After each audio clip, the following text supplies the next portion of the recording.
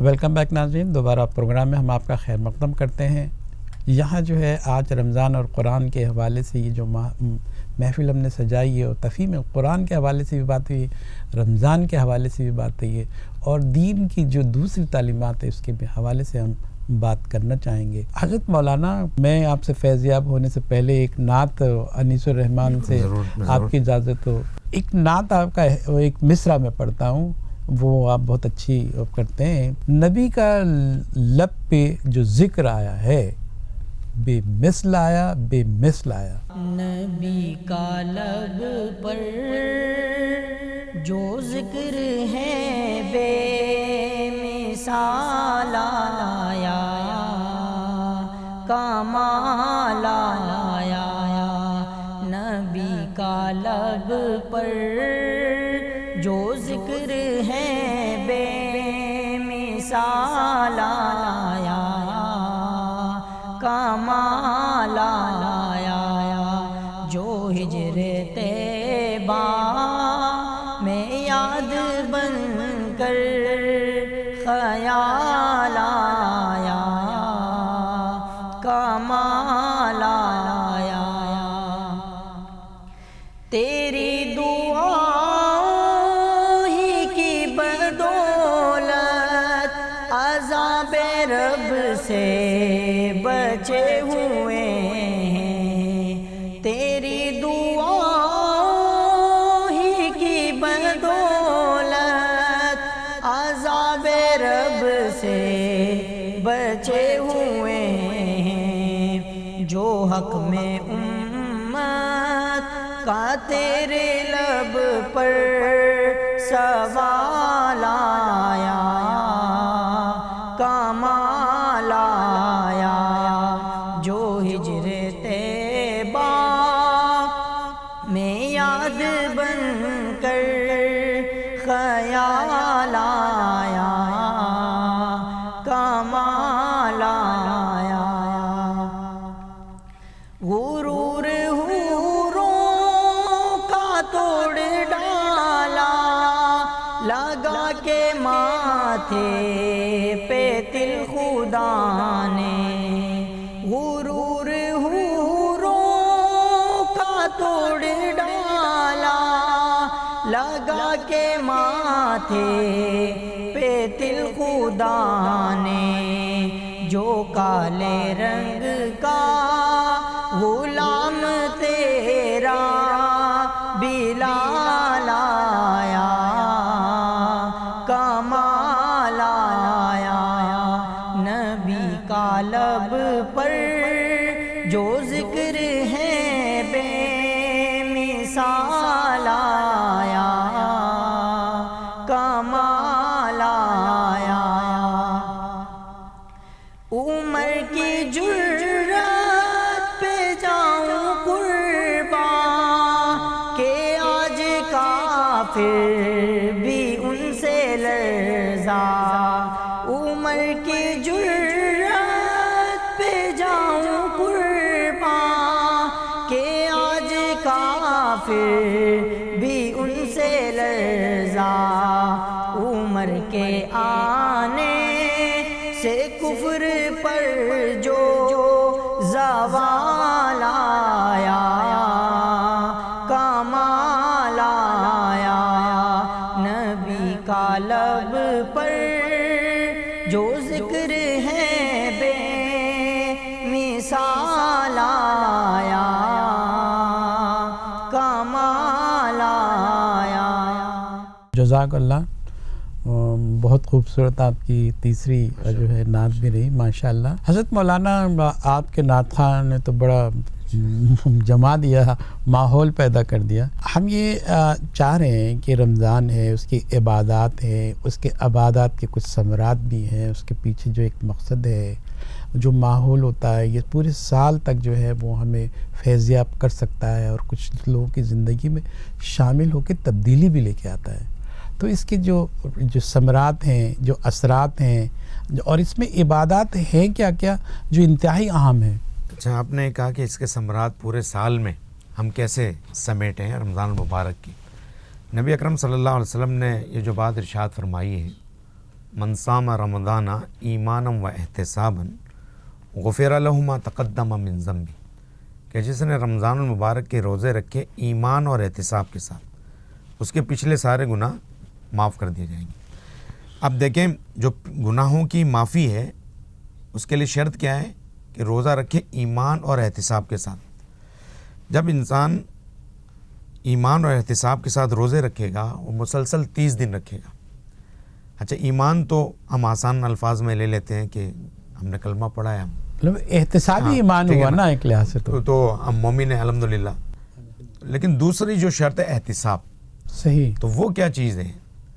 جی بڑا احتساب۔ تو روزہ تو ہم رکھیں گے ایمان کی حالت میں، اور ہر عبادت اسی وقت قبول ہوتی ہے جب اس کے پیچھے ایمان ہو، ورنہ اگر ایمان نہ ہو اس اور کی روح کوئی ہونی نیک چاہیے۔ اعمال یا اچھے اعمال یا اچھے اخلاق کا مظاہرہ کرتا ہے تو حدیث کے مطابق دنیا ہی میں اس کو اس کا جو ہے بدلہ دے دیا جاتا ہے۔ جی ہر عمل کی قبولیت کے لیے ایمان شرط ہے۔ صحیح، الذین صحیح۔ آمنوا وعملوا الصالحات، اللہ پہ ایمان ہونا چاہیے۔ ایمان شرط ہے اور وہ نیک اعمال شرط ہے۔ احتساب یہ ہے کہ انسان رمضان مبارک میں اپنا جائزہ لیتا رہے کہ مجھ سے کوئی غلط کام نہ ہو۔ جب میں نے روزہ رکھا ہے تو روزے کی حالت میں مجھ سے کوئی ایسا کام نہ ہو جس سے اللہ اور اس کے رسول صلی اللہ علیہ وسلم کی ناراضگی کا سبب بنے۔ شب جائزہ ٹھیک ہے اور نا؟ بہت ہاں ساری جی۔ چیز۔ جھوٹ سے ہمیں منع کیا گیا ہے، ہمیں لڑائی سے منع کیا گیا ہے، اور اگر کوئی خود زبردستی الجھے تو حدیث میں آتا ہے کہ آپ کہیں کہ بھائی میں روزے دار ہوں، میں یہ کام نہیں کر یہ سکتا۔ تشخص ہے ٹھیک ہے نا؟ اس کا۔ جب یہ احتساب کے ساتھ پورے ایک احساس کے ساتھ جب وہ روزے رکھے گا اور مسلسل 30 دن رکھے گا تو یہ اس کی عادت بن جائے گی۔ ہاں بالکل اگلے صحیح۔ مہینوں کے اندر جو ایک مہینہ جو اس روح نے- پیدا ہو گئی اس ہاں کی نا، زندہ۔ ایک مہینہ ایک روٹین کے اوپر جب ایک انسان چلتا ہے تو آگے پھر اس کے لیے آسانیاں پیدا ہو جاتی ہے، اور اللہ کی رحمت ہے کہ اللہ رب العالمین نیکی کرنا آسان کر دیتا ہے رمضان میں، برائی مشکل ہو جاتی۔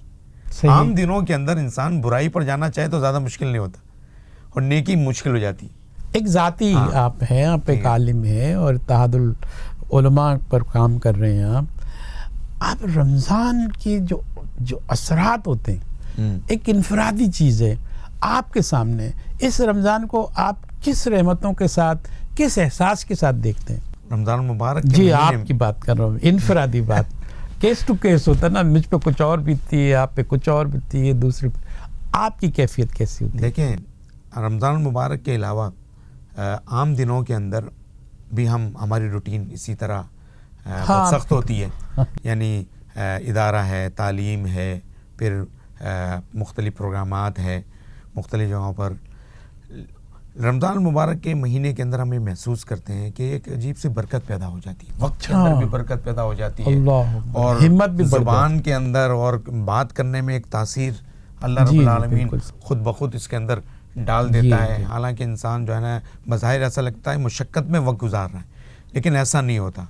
اللہ رب العالمین کی طرف سے اتنی خاص عنایات ہوتی ہے کہ ساری جتنے بھی ہمت کام بڑھ ہوتے جاتی ہے، ہیں حوصلہ ہمت بڑھ بڑھ جاتا جاتی ہے، حوصلہ بڑھ جاتا ہے۔ تدبر، سلیقہ اور ذہن کھل اللہ جاتا کا ہے، شکر اس فراست۔ کا احسان ہے کہ رمضان یعنی خاص ایک انسان کے دل کے اندر جو ہے تبدیلی جو ہے پیدا کر دیتا ہے۔ اچھا یہ ہے کہ ہمارے جو اس عشرے ہیں 3 عشروں پہ مبنی ہے، یہ مشتمل ہے، یہ ہم یہ چاہیں حدیث ہے نبی اکرم صلی اللہ علیہ وسلم۔ جی نبی صلی اللہ علیہ وسلم کی حدیث ہے، اس کے مطابق تو پہلا عشرہ، دوسرا عشرہ اور جو آخری عشرہ ہے جو جہنم سے نجات کا عشرہ ہے اور دوری کا عشرہ ہے، خلاصی کا عشرہ ہے، اس پہ ہم ذرا تھوڑا تفصیل سے بات کرنا چاہیں نبی اکرم صلی اللہ علیہ وسلم نے فرمایا کہ اس کا پہلا عشرہ رحمتوں کا عشرہ ہے، ماشاء اللہ کی اللہ۔ رحمتیں نازل ہوتی ہیں۔ وہ بدقسمت آدمی ہے جو رمضان مبارک کا مہینہ پاتا ہے اور اللہ کی رحمتوں سے فیضیاب نہیں ہوتا، اور رحمتیں اتر رہی ہوتی ہے۔ بظاہر آپ دیکھیں اگر یہ کہیں نا کہ نظر آ رہی ہوتی تو نظر آ رہی ہوتی ہے، اچھا۔ اللہ کی رحمتیں جو ہے نا اس کا وہ نظر آ رہی ہوتی ہے۔ نزول ہو رہا ہوتا ہے، ہاں۔ اتر رہی ہوتی ہے آپ تو کے اوپر، آپ کے وجود پہ، آپ کے زیادہ احساس سے پہ۔ زیادہ رحمتوں کو، اللہ کی اللہ رحمتوں کو سمیٹنے کی انسان کو کوشش کرنی چاہیے۔ اب لیکن آپ تو ایک ایسے تدریس اور درس و تدریس کا کام کرتے ہیں، ہمارے دلوں پہ جو قائم رکھنے کی آپ کی جو کوششیں ہیں، جو تبلیغ ہیں، فہم قرآن پر آپ کام کرتے ہیں، اس کا تو جاری و ساری ہے ثواب۔ باقی اس کا مطلب یہ نہیں ہے کہ رحمتیں ختم ہو گئی، لیکن ایک خاص ایک موقع ہے نا، جی ایک جی جو ایک موسم ہوتا ہے نا، ہاں، موسم ایک پیکیج دیا جاتا ہے کہ بھائی اس میں یہ کام زیادہ سے یہ زیادہ جو ہے زیادہ نا فائدے کا ہے آپ جو ہے نا آخر دنیا۔ کر سکتے ہیں۔ اور دوسرا عشرہ جو ہے مغفرت کا، اللہ رب العالمین سے انسان اپنے گناہوں کی معافی مانگے، اللہ سے جو ہے کے سامنے گڑ گڑائے۔ اور نبی کریم صلی اللہ علیہ وسلم کے کیا فرمان ہے؟ نبی اکرم صلی اللہ علیہ وسلم نے فرمایا کہ جس نے رمضان المبارک کا مہینہ پایا اور اپنی مغفرت نہ کرائی ہو تو تباہ ہو گیا وہ شخص۔ وہ حدیث میں آتا ہے کہ آپ صلی اللہ علیہ وسلم ممبر کے اوپر تشریف لے جا رہے تھے، پہلی سیڑھی پر آمین کہا، دوسری سیڑھی پر آمین کہا، تیسری سٹیپ پر آمین کہا۔ صحابہ نے پوچھا کہ آپ نے آمین کہا، کیا مسئلہ تھا؟ تو آپ صلی اللہ علیہ وسلم نے فرمایا کہ جبریل امین آئے تھے اور انہوں نے فرمایا جب میں پہلی سیڑھی پر چاہتا تھا، دوسری تیسری، کہ ہلاک ہو گیا وہ شخص کہ جس نے رمضان مبارک کا مہینہ پایا اور اپنی مغفرت نہ کرائی۔ اللہ اکبر۔ اور فرمایا کہ ہلاک ہو گیا وہ شخص کہ جس نے اپنے والدین، بوڑھے والدین کو پایا اور اس کی خدمت کر کے جنت حاصل نہیں کی۔ اور ہلاک ہو گیا وہ شخص کہ جس کے سامنے میرا نام لیا جائے، نبی صلی اللہ علیہ وسلم نے فرمایا، اور درود اور اس درود نہ بھیجے تو شخص ہلاک ہو گیا۔ تو کتنا بدقسمت آدمی ہوگا، رمضان مبارک کا مہینہ آیا اور اپنے آپ کو جہنم سے خون جو ہے وہ نجات نہ دلا سکے، اپنے رب کے حضور کی گڑائے نہیں، معافیاں نہ مانگ لے۔ آخری عشرے کی جو برکتیں عشرے کے اندر جو ہے آخری عشرہ جہنم سے خلاصی کا عشرہ ہے، تو جہنم سے نجات تو اسی وقت انسان کو ملے گی نا کہ جب وہ اپنے گناہوں پر نادم ہو کر اپنی زندگی کے اندر ایک تبدیلی انسان پیدا کر دے کہ اللہ جو کچھ بھی ہوا اس پر نادم ہو۔ ایک اندر کی آگ ہوتی ہے، تو 2 عشروں میں تو وہ ٹھنڈی ہو جاتی ہے اور ویسے بھی خلاصی کا سامان ہو جاتا ہے۔ بالکل بالکل۔ اور یہ پورے سال کی خلاصی، جہنم سے خلاصی کے اعمال پر مشتمل ہے، اور اس میں اس مہینے اور اس عشرے میں جو اعمال مقرر کیے گئے ہیں وہ جہنم سے خلاصی کا کیا سامان کرتے ہیں، اس کو تھوڑا سا تعلق کر کے آپ۔ ظاہر بات اس عشرے کے اندر جا کے ایک تو اعتکاف ہے، اللہ کے رسول صلی اللہ علیہ وسلم جو ہے 10 دن اعتکاف کیا کرتے تھے، اور اپنے آخری سال میں تو آپ نے 20 دن اعتکاف اللہ کے رسول صلی اللہ علیہ وسلم نے فرمایا۔ تو اعتکاف کے ذریعے سے بھی انسان جو ہے نا، یہ جو خاص عبادات میں سے ایک عبادت جو ثابت ہے نبی اکرم صلی اللہ علیہ وسلم کے حدیث سے، اور آپ کے جو ہے نا ازواج مطہرات بھی کرتے رہے، یہ بھی جو ہے حدیث سے ثابت ہے کہ اپنے آپ کو جو ہے خالص ایک جگہ پر مخصوص کر کے اپنے رب کے حضور ایک تعلق کو مضبوط کر دینا۔ اور رمضان کے اندر وہ ساری عبادات آ جاتی، لیکن رمضان المبارک کے مہینے کے اندر ایک تو روزہ فرض ہے، وہ تو ہم پر رکھتے ہیں تمام مسلمان، اور پھر رمضان میں نماز پڑھنا، ایک نماز کی جو فضیلت اور اس کی اہمیت اور جو ہم پر اللہ رب العالمین نے ایک یہ عبادت ہمارے لیے خاص ہو گئی۔ اسی طرح رمضان مبارک آخری عشرے میں ہم یہ کام انفاق فی سبیل اللہ، اللہ کے راستے میں زیادہ سے زیادہ خرچ کرنا، غریبوں کو مدد کرنا، اپنی زکوٰۃ کے ذریعے سے، صدقہ و خیرات کے ذریعے سے۔ پھر عید الفطر جو ہے نا، اس کا بھی عید الفطر کے موقع پر جو ہے صدقۃ الفطر کا بھی ایک جو اللہ کے رسول صلی اللہ علیہ وسلم نے ہر مسلمان کے لیے، ہر فرد کے لیے، چاہے چھوٹا ہے بڑا ہے مرد ہے عورت ہے، اس کے لیے لازم کر دیا، جو صاحب جو دے سکتے ہیں صدقۃ الفطر، تو اس کے ذریعے سے بھی یہ بھی ایک عبادت ہے کہ انسان اپنے جو ہے اچھا اس کی وجہ بھی بتائی نبی اکرم صلی اللہ علیہ وسلم نے کہ اس کے ذریعے سے فائدہ کیا ہوگا صدقہ فطر کے ذریعے سے، کہ جو کمی بیشی رہ گئی نا روزوں میں، عبادات میں، اس کے ذریعے سے اللہ رب العالمین وہ پوری کر دے گا۔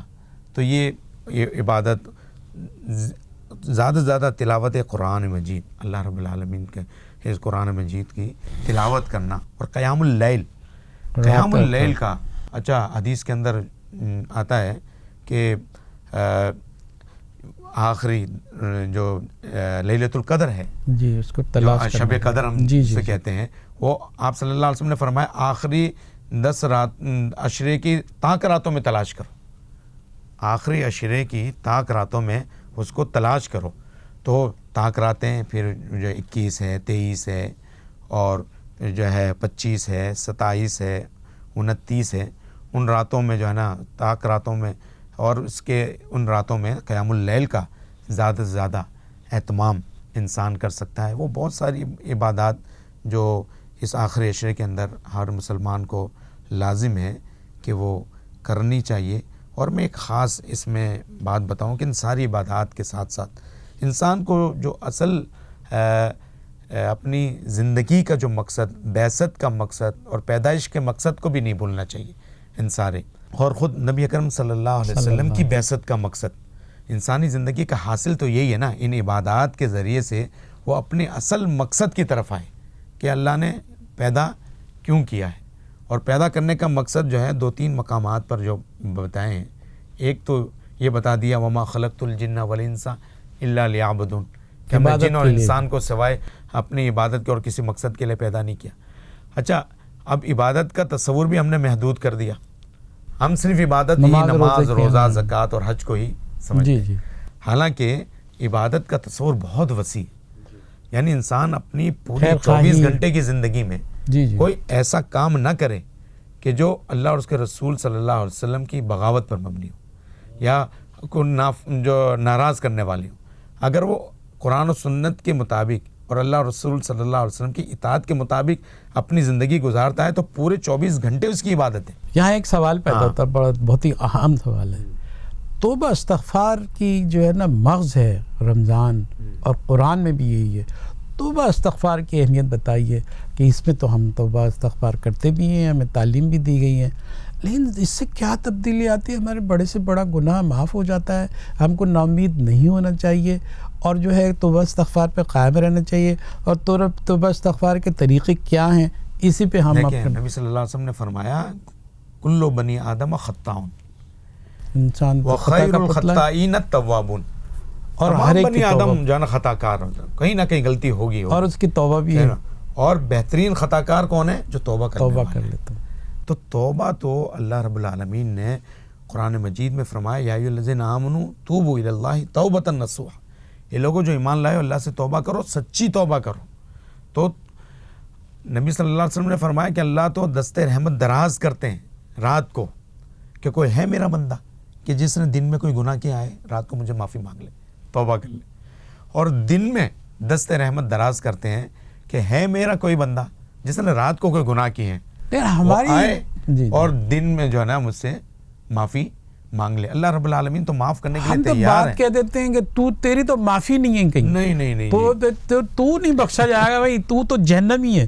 اتنے بڑے بڑے آپ جو ایوارڈ دے دیتے ہیں اتنے بڑے بڑے، یہ کیا ہے؟ اس سے تو نکلنا چاہیے نا. اس نبی صلی اللہ علیہ وسلم نے فرمایا کہ توبہ اس وقت تک جو ہے قبول ہوگی جب تک کہ جان حلق کو نہیں پہنچے. آخری خلق جو ہے انسان کا جو آخرت میں جو فیصلہ ہوگا اس کا دار و مدار جو ہے نا وہ خاتمے پر ہے کہ اس کا خاتمہ کہاں ہوا ہے. بسا اوقات بعض لوگ پوری زندگی اچھے کام کرتے رہے لیکن خدا نہ خواستہ اس کا خاتمہ صحیح نہیں ہوا. خاتمہ بالخیر ہونا چاہیے. خاتمہ بالخیر ہونا چاہیے. اور آپ صلی اللہ علیہ وسلم نے فرمایا کہ جب تک جان حلق کو نہیں پہنچتی اس وقت تک توبہ کا دروازہ آخری جو غرغرہ آ جائے اس وقت تک دروازہ کھلا ہوا ہے. اچھا، شیطان کیا ایک وسوسہ ڈالتا ہے، مایوسی پھیلاتا ہے. اچھا، بوڑھوں کے لیے الگ اس کا حربہ ہوتا ہے، جوانوں کے لیے الگ حربہ ہوتا ہے. جوان جب توبہ کرنا چاہتا ہے نا تو کہتا ہے ابھی تو زندگی پڑی ہے بھائی، کیا ابھی سے تو جو ہے نا توبہ استغفار کرنے لگا، اور کیا ابھی تو صوفی بن گیا، ابھی تو زندگی پڑی ہے. اور جب ایک آدمی جو بوڑھا ہو، احساس ہو، اور وہ جب تو کیا کہتا ہے پوری زندگی تو نے ایسے گزار دی، اب آیا بڑا جو ہے نا اب وہ جو ہے نا نمازیں پڑھ رہا ہے، تو تسبیح پڑھ رہا ہے، ہاں جی، تو توبہ کر رہا ہے. تو یہ اس کو بھی گمراہ کرنے کی کوشش کرتا ہے. حالانکہ دونوں کے لیے راستے ہیں اور کسی کو نہیں پتا کہ اس کا آخری وقت کب ہے. توبہ تو اللہ سے مخصوص ہے، اللہ سے مخصوص ہے. یہ جو ہم آپس میں توبہ تلا کرتے ہیں نا، بھائی میں نے تجھے معاف کیا، یہ تو انسانوں کے درمیان ہے. اس کی حد کیا ہے اور جو اللہ سے توبہ کرنے کا مقام کیا ہے؟ ایک صحابی نے پوچھا نبی اکرم صلی اللہ علیہ وسلم سے کہ اللہ کے رسول صلی اللہ علیہ وسلم، میرے تو اتنے یہ گناہ ہیں، کیا وہ بھی معاف ہو جائیں گے؟ تو نبی اکرم صلی اللہ علیہ وسلم نے فرمایا، یہ صحابی اگر اتنے گناہ کیے ہیں کہ آسمان و زمین بھر دیا تو نے، اور اگر تیرے دل میں احساس ہو جائے تو اللہ سے سچی توبہ کرے، اللہ سب معاف کر دے گا. اللہ رب العالمین سارے گناہ معاف. کون کس کے گناہ معاف نہیں ہوتے؟ دیکھیں حدیث میں آتا ہے کہ جب انسان گناہ کرتا ہے نا تو دل کے اوپر سیاہ دھبا لگ جاتا ہے، اور جب وہ معافی نہیں مانگتا نا وہ دھبا بڑھتا رہتا ہے. اور بالکل احساس نہیں ہوتا نا، پھر دائمی ہو جاتا ہے وہ، سیاہ کالا ہو جاتا ہے، پھر اس کو توبہ کی توفیق ہی نہیں ہوتی، توبہ کی توفیق اگر کسی آپ جیسے لوگوں کے تبلیغ سے، سب فہم سے، سمجھانے سے وہ توبہ کر لے تو وہ جو مشرک ہوتا ہے کیا اس کی بھی توبہ ہو سکتی ہے؟ اگر وہ ریورس ہوتا ہے، کہیں اپنی غلطی کا اس کو احساس ہو جائے، وہ جاگ جائے، ایمان پر آ جائے؟ جی بالکل، بڑا سے بڑا کافر جو ہے وہ تو کہتے ہیں یہ تو مشرک ہے بھائی، یہ تو کافر ہے۔ اگر وہ احساس ہو گیا، بلکہ ان کو دعوت دی جا رہی ہے، قرآن نے دعوت دی کہ کہاں بھٹکے جا رہے ہو، تم زمین آسمان کی طرف غور و فکر کرو، اللہ کی جو ہے یہ جتنی قدرت ہے اس کے اوپر غور و فکر کرو، اپنے ذات کے اوپر غور و فکر کرو اور پلٹ آؤ اپنے رب کی طرف۔ تو یہ تو قرآن مجید میں جو ہے اللہ رب العالمین نے خود ان کفار کو دعوت دی کہ آئے اور اپنے رب کی طرف جو ہے نا وہ پلٹ جائیں۔ اب ایک اور بات کہوں نا کہ جو گناہ ہوتا ہے نا، ایک مومن ہوگا نا وہ، تو حدیث کے اندر آتا ہے کہ اگر اس سے کوئی گناہ ہے نا ہوا ہے تو اس کو پہاڑ سمجھے گا، وہ پہاڑ سمجھے گا، اور وہ اس کو چین نہیں آئے گا، اس کو سکون نہیں آئے گا۔ اور جو فاسق ہوگا نا وہ اس کو ایسا سمجھے گا جیسے مکھی بیٹھی، اور وہ کیا تشبیہ دی ہے، اڑا دے گا۔ تو مومن جو ہوگا، جو صحیح مومن، تو اس کو تو چھوٹے گناہ بھی جو ہے نا بڑے گناہ لگتا ہے، اور حضرت جی ہمارا جو طریقہ ہے جو دوسرے پروگراموں میں ہم ایک سمرائز کرتے ہیں، لب و لباب رکھتے ہیں، جو بھی ہم نے سوالات کیے ون لائنر ایک چھوٹے سے جملے میں آپ اس کو بتا دیں تاکہ لوگوں کو یاد رکھنا، اس پہ عمل کرنا بہت آسان ہو جائے۔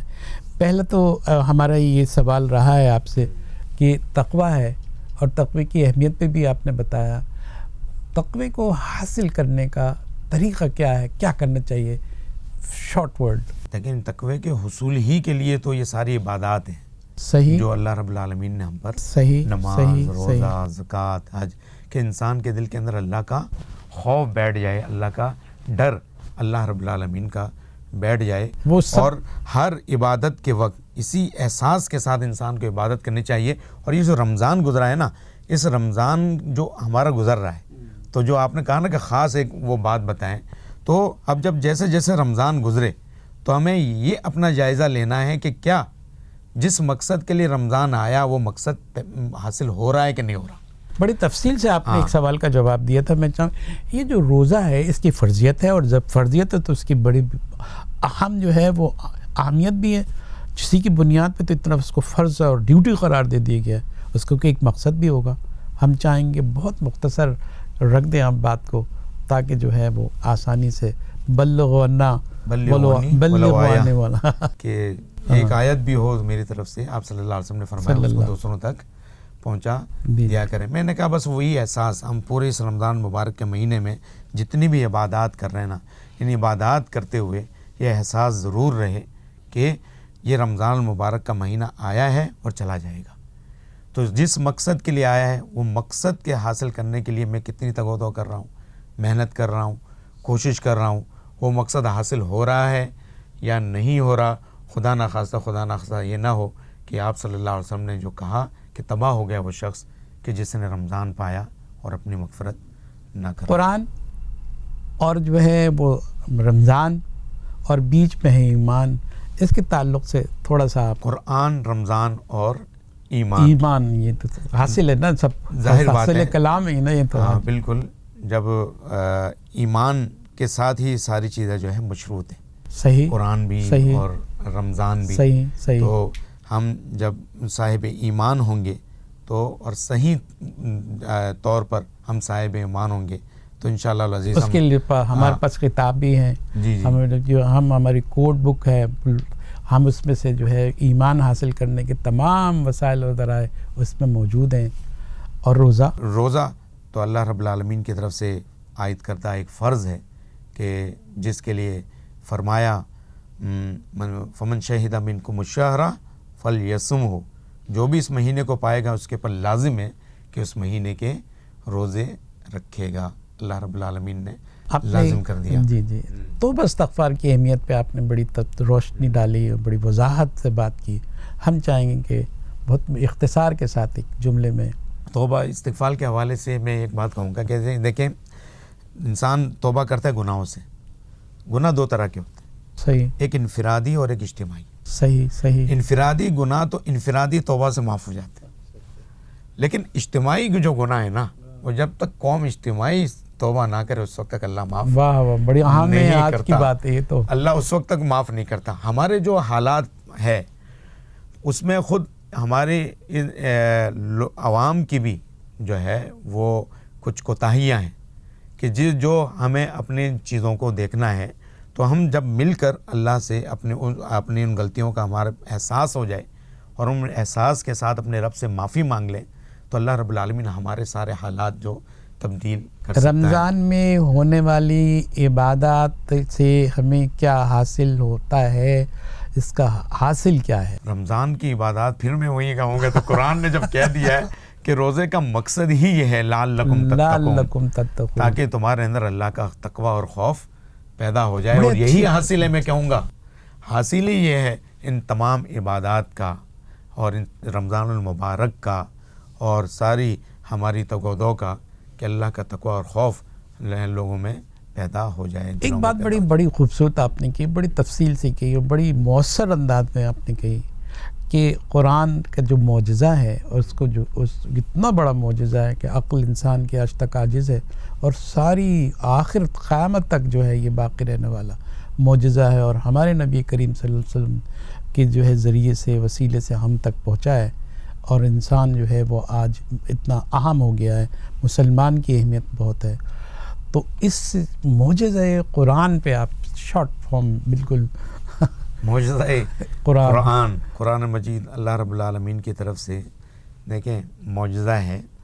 تو معجزہ ایک تو میں نے آپ کو یہ بتایا کہ اس کا مثل کوئی نہیں لا سکا، اور اس طرح بھی معجزہ ہے کہ ہو بہو آپ دیکھیں 6 سال کا بچہ بھی اس کو حفظ کر لیتا ہے. جی 7 سال کا بچہ بھی اس کو حفظ کر لیتا ہے. دنیا میں کوئی ایسی کتاب نہیں ہے جس کو ہو بہو لوگ جو ہیں اور کوئی مثال پیش نہیں کر سکتا کہ یہ کتاب ہے اور اس بچے کو ہو بہو سب جو ہے نا پوری کتاب اس طرح یاد ہے، یا یہ بندہ ہے یا یہ آدمی ہے. یہ قرآن مجید واحد وہ کتاب ہے کہ جس کو حرف بحرف یاد کیا جاتا ہے، اور چھوٹا معصوم بچہ بھی اپنے سینے کے اندر اس کو قرآن شفا ہے. کر رہا ہے. یہ کا سوال ہے. قرآن شفا ہے، مکمل شفا ہے، ہر طرح کی شفا ہے. باطنی آپ کا اختصاری بیان اس پر کیا ہوگا؟ قرآن یعنی باطنی شفا بھی ہے اور ظاہری شفا بھی ہے.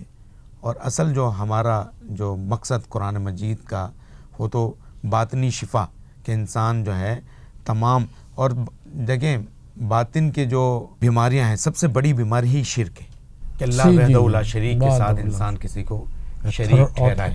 تو قرآن مجید اور سب سے بڑی اصلاح تو یہی کرتا ہے کہ توحید کے اوپر اس کو لاتا ہے کہ اس پوری کائنات کا خالق اور مالک صرف ایک اللہ رب العالمین کی ذات ہے، اس کے سوا کوئی نہیں ہے. ساری جتنی ایکسرسائز ہیں قرآن کی، ایمان کی، رمضان کی، روزے کی، ایک ایک ہمارا ماننے والا ہمارا رب ایک ہے، اور اسی کو ماننا ہے، اسی کو جاننا ہے، اسی کی مرضی کو پہچاننا ہے، اور اسی کو حاصل کرنا ہے. اور اس کی مرضی کو پہنچانے کے لیے نبی اکرم صلی اللہ علیہ وسلم اس دنیا میں تشریف لائے. وہ جو تفہیم آپ نے کی اور جو فراست آپ نے دی انسان کو اور جو پیغام پہنچایا، وہ تو ایک بہت بڑا، اسی لیے شاید محسن انسانیت بھی ہیں آپ، ہیں یقینی طور پر آپ ہیں. یہاں میں یہ چاہوں گا کہ حضرت مولانا آج جس طرح کے آپ نے بات کی ہے تو باراور ثمرآور بھی ہے وہ، اور جس محنت سے اور جس آپ نے نیک نیتی سے، ہم نے نیک نیتی سے اس میں حصہ ڈالنے کی کوشش کی ہے، اللہ اسے بھی قبول فرمائے. ہم یہ چاہیں گے کہ ساری چیزیں ہم نے آپ سے لب و لباب بھی لے لیا، بہت سارے سوالات بھی کر لیے، کچھ تھوڑا سا اطمینان یہ ہوا ہے کہ کچھ ہم نے فیض حاصل کیا آپ سے، اور یہ فیض جاری بھی رہنا چاہیے. پھر ہم آپ کو مدعو کریں گے. ہم یہ چاہیں گے کہ انیس رحمان ہے، نعت خوانی بہت اچھی کر رہے ہیں اور بہت مؤثر اور دل پذیر ہے، دل پہ اثرات ڈالتی ہے. تو آپ اپنی پسند کی کوئی نعت سنا دیں، اسی کے ساتھ ہم اختتام کر لیں گے اپنے پروگرام کا. انیس رحمان بھائی کیسے آپ نعت سنائیں بہت خوبصورت سی کوئی اپنی مرضی سے؟ میرے خیال سے وہ بھی ہوتا ہے، وہ ہو سکتی ہے کہ جو سلام نبی اکرم صلی اللہ علیہ وسلم سلام مجھ پر کہ جس نے بے کسوں کی دستگیر چند. صلاۃ اللہ سلام اللہ علی طہ رسول اللہ، صلاۃ اللہ سلام اللہ حبيب الله طه صلى ببسم الله وبالهادي رسول الله وكل مجاهد لله بأهل البدر يا الله صلاة الله سلام الله على طه رسول الله صلاة الله سلام الله على ياسين حبيب الله سلام اس پر کے اسرار محبت جس نے سمجھائے سلام اس پر کہ جس نے زخم کھا کر پھول برسائے سلام اس پر کہ جس کے گھر میں چاندی تھی نہ سونا تھا سلام اس پر کہ ٹوٹا بوریاں جس کا بچھونا تھا صلاۃ اللہ سلام اللہ علی طہ رسول اللہ صلاۃ اللہ سلام اللہ علی یاسین حبیب اللہ حضرت اتنا اچھا کلام بھی آپ لائے بھی ہمارے لیے. ایک چھوٹی آپ ہم دعا سے کر دیں. بالکل. مخ العبادہ جو ہے وہ دعا مخ العبادہ آپ چھوٹی سی ہم پروگرام کا اختتام کرنے دعا سے کر لیں. جی الحمدللہ رب العالمین والعاقبۃ للمتقین والصلاۃ والسلام علی رسول الامین وعلی آلہ واصحابہ اجمعین. ربنا ظلمنا انفسنا وان لم تغفر لنا وترحمنا لنکونن من الخاسرین. ربنا آتنا فی الدنیا حسنہ وفی الآخرۃ حسنہ وقنا عذاب النار. یا اللہ ہمارے گناہوں کو معاف فرما دے. یا اللہ ہم سب کی مغفرت فرما دے. یا اللہ رمضان المبارک کے مہینے میں جو ہم عبادات کرتے ہیں اپنی بارگاہ میں قبول فرما لے. یا اللہ ہمارے روزوں کو قبول فرما. یا اللہ ہمارے قیام اللیل کو قبول فرما. یا اللہ تلاوت قرآن کو قبول فرما. یا اللہ انفاق فی سبیل اللہ کو قبول فرما. یا اللہ جو صدقہ و خیرات کو یا اللہ اپنی بارگاہ میں قبول فرما. جو ٹوٹی پھوٹی یا اللہ عبادات ہم تیرے حضور کرتے ہیں اپنی بارگاہ میں قبول و منظور فرما. ہمارے بیماروں کو شفا عطا فرما. ہمارے مرحومین کی اللہ مغفرت فرما. سبحان ربک رب العزت عما یصفون وسلام علی المرسلین والحمد للہ. حضرت مولانا عبدالوحید صاحب اللہ تعالیٰ آپ کو اجر عطا فرمائے. آپ نے بھی بڑی خوبصورت نعت کی, اس کا بھی آپ کو اجر ملے گا. ناظرین یہ اب ہمارے پروگرام کا اختتام ہو رہا ہے. اپنے میزبان جہانگیر سید کو اپنے معزز مہمانوں کے ساتھ اجازت دیجیے. اللہ حافظ.